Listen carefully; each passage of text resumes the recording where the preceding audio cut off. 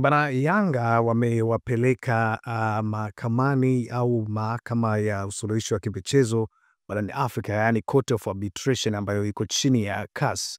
Sasa mahakama ya usuluhisho wa michezo yaani CAS imepokea rasmi rufaa iliyowasilishwa na klabu ya Young Africans dhidi ya shirikisho la mpira wa miguu nchini Tanzania yaani TFF, bodi ya ligi kuu Tanzania yaani TPLB na klabu ya Simba kufuatia uamuzi uliotolewa na TPLB yaani bodi ya ligi wa kuahirishwa dabi ya Kariakoo iliyotarajiwa kupigwa Machi 8, 2025. Bana, kwa mujibu wa barua ya CAS, wanalalamikiwa TFF, TPLB na Simba ambao wamepewa siku 10 za kuanzia tarehe ya kupokea taarifa hiyo ili kuandaa na kuwasilisha utetezi wao.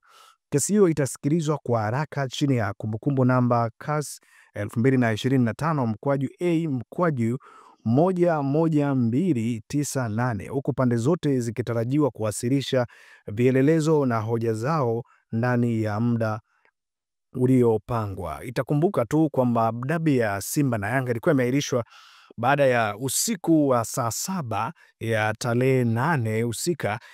Simba walipandisha habari ya kwamba hawatoshiriki mchezo huo baada ya kuzuiliwa kufanya mazoezi ya mwisho kuelekea dabi hiyo, kitu ambacho kilizua mtafaruku kweli kweli nchini Tanzania, hata viongozi wakienda kuingilia, kila mmoja akija na mawazo yake. Nakumbuka vizuri hata mashabiki pia wa timu zote mbili waliweza kuwasili uwanjani wakiamini kwamba mpaka kufikia saa 10 ama saa 1 jioni, muda ambao mchezo ulikuwa umepangwa, dabi ingeweza kupigika. Lakini kitu cha ajabu, Simba hawakutokea uwanjani, Yanga walifika uwanjani wakashiriki mazoezi, lakini baadaye hawakucheza kwa sababu hata bodi ya ligi iliweza kutoa taarifa kwamba mchezo huo umeahirishwa na mpaka pale maamuzi rasmi yatakavyotoka. Sasa hatuelewi itakuwaje kwa namna ambavyo maamuzi yataenda kutokea baada ya kikao ambacho kitafanyika. Inawezekana Yanga kabahatika kuvuna pointi 3 ama ikatokea kitu namna ambavyo itaeleweka.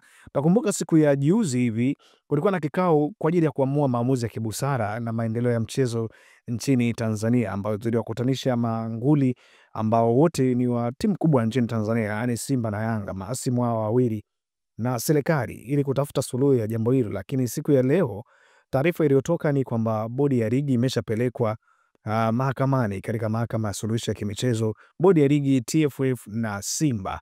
Hatujajua maamuzi na kikao yatatoka vipi, lakini Simba, bodi ya ligi na TFF wamepewa siku 10 za kujiandaa na utetezi wa changamoto hiyo. CAS imewasilisha tu kwamba barua imepokea, hivyo muda wowote kina uwezo wa kuwaka bana. Ngoja tuendelee kusubiri tuone itakuwaje